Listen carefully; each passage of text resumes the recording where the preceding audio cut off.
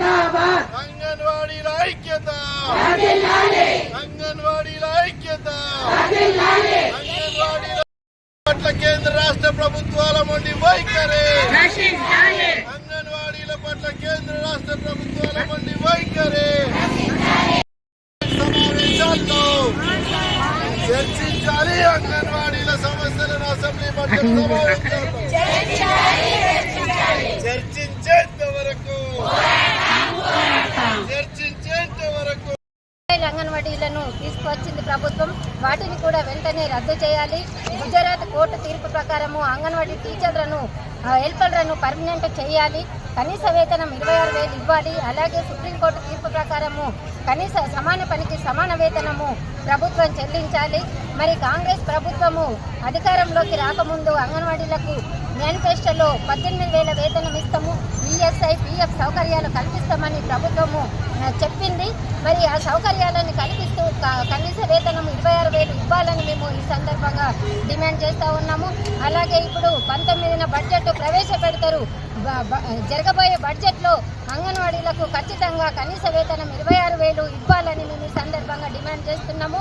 ఒకవేళ ప్రభుత్వాలు కేంద్ర ప్రభుత్వం కానీ రాష్ట్ర ప్రభుత్వం కానీ అనేక యాప్లను తీసుకొచ్చి ఆన్లైన్ విధానం ద్వారా అంగన్వాడీలను చాలా ఇబ్బందులు పెడుతున్నారు.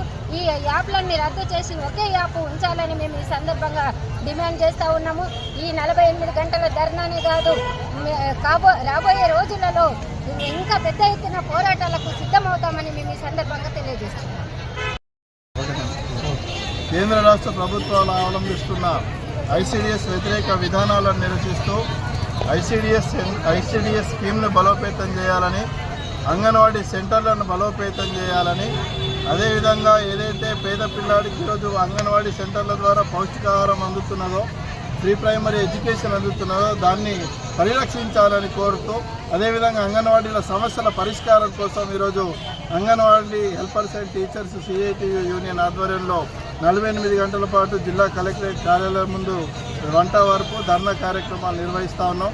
కేంద్ర రాష్ట్ర ప్రభుత్వాలు ఒకవైపు అంగన్వాడీ సెంటర్లపైన పేద పిల్లలు గర్భిణీలపైన ఏదో సౌతి తల్లి ప్రేమను చూపిస్తున్నారు తప్ప నిజంగా బడ్జెట్లో కేటాయింపులు చేసి అంగన్వాడీ సెంటర్లను బలోపేతం చేసే దిశగా, ఐసిడిఎస్ స్కీమును బలోపేతం దిశగా కార్యాచరణ రూపొందించట్లేదు. కాబట్టి మేము రాష్ట్ర కేంద్ర ప్రభుత్వాలను డిమాండ్ చేస్తూ ఉన్నాం. ఈ బడ్జెట్ సమావేశాల్లో ఐసిడిఎస్ స్కీమ్కు అధిక నిధులు కేటాయించాలని, అంగన్వాడీ సెంటర్లను బలోపేతం చేయాలని, అంగన్వాడీ ఉద్యోగులకు ఏవైతే ఎన్నికల ముందు ఆ తర్వాత ఎన్నికల మేనిఫెస్టోలో ఇచ్చిన హామీలు ఉన్నాయో వాటిని అమలు చేయాలని చెప్పేసి మేము కోరుతా ఉన్నాం. లేని పక్షంలో రానున్న రోజుల్లో సిఐటియు ఆధ్వర్యంలో అంగన్వాడీ ఉద్యమం పెద్ద ఎత్తున చేస్తామని చెప్పేసి ఈ సందర్భంగా తెలియజేస్తా ఉన్నాం. అంగన్వాడీ ఉద్యోగులందరినీ పరిమితి, కనీస వేతనం 26,000 రూపాయలు చెల్లించాలి, పిఎఫ్ ఈఎస్ఐ పెన్షన్ ఇన్సూరెన్స్ సౌకర్యాలు కల్పించాలి. అంగన్వాడీ ఉద్యోగులందరూ గ్రాట్యుటీ తీసుకోవడానికి అర్హులు, ఆ రకమైన గ్రాట్యుటీని చెల్లించాలని చెప్పేసి మేము కోరుతా ఉన్నాం.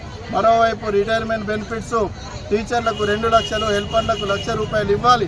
కానీ ప్రభుత్వం మాట మార్చి దాన్ని ఇవ్వకుండా తాత్సారం చేస్తున్న పరిస్థితి ఉన్నది. కాబట్టి ఆ రిటైర్మెంట్ బెనిఫిట్స్ను కూడా ఇవ్వాలని చెప్పేసి మేము డిమాండ్ చేస్తా ఉన్నాం. ఈ అసెంబ్లీ బడ్జెట్ సమావేశాల్లో అంగన్వాడీల సమస్యలన్నింటిపైన కూలంకషంగా చర్చలు జరిపి ఈ సమస్యల పరిష్కారం దిశగా ప్రభుత్వం కార్యాచరణ రూపొందించాలి. లేని పక్షంలో రానున్న రోజుల్లో పెద్ద ఎత్తున ఆందోళన పోరాటాలు చేస్తామని ఈ సందర్భంగా హెచ్చరిస్తున్నారు. రాష్ట్ర ప్రభుత్వము వెంటనే స్పందించి సమస్యను జటిలం చేయకుండా ఈ అసెంబ్లీ సమావేశాల సందర్భంగానే బడ్జెట్లో నిధులు కేటాయించి అంగన్వాడీ ఉద్యోగులు కోరుతున్నటువంటి న్యాయమైన కోరికల్ని పరిష్కరించాలని చెప్పి డిమాండ్ చేస్తూ ఉన్నాము. గత ప్రభుత్వం ఇచ్చినటువంటి హామీ మేరకి ఏదైతే రిటైర్మెంట్ బెనిఫిట్స్ ఉన్నాయో, టీచర్కి 2 లక్షలు, ఆయమ్మకి 1,00,000 రూపాయలు, ఆ జీవోను అమలు చేయాలని చెప్పి కోరుతూ ఉన్నాము. కానీ బలవంతంగా ఈ పాటికే రిటైర్మెంట్ చేశారు. ఈ ప్రభుత్వం వచ్చిన తర్వాత చాలా మంది 60 సంవత్సరాలు నిండినటువంటి ఆయమ్మల్ని, టీచర్లను బలవంతంగా ఇంటికి పంపించేశారు. కేవలం పాత జీవో ఏదైతే ఉందో 60,000, 1,00,000 రూపాయలు దాన్ని మాత్రమే అమలు చేస్తామని చెప్పి ఈ ప్రభుత్వం అంటుంది. అట్లా కనుక చేస్తే కాంగ్రెస్ ప్రభుత్వానికి సిఐటియు తరఫున మనం హెచ్చరిక చేస్తా ఉన్నాము. అనేక ప్రభుత్వాల్ని పోరాటాల ద్వారా తలదించినటువంటి అంగన్వాడీ ఉద్యోగులు మీ ప్రభుత్వం మీద కూడా పోరాటానికి సిద్ధపడుతున్నారు అని చెప్పి సందర్భంగా మనం చెప్పదలుచుకున్నాం. అట్లనే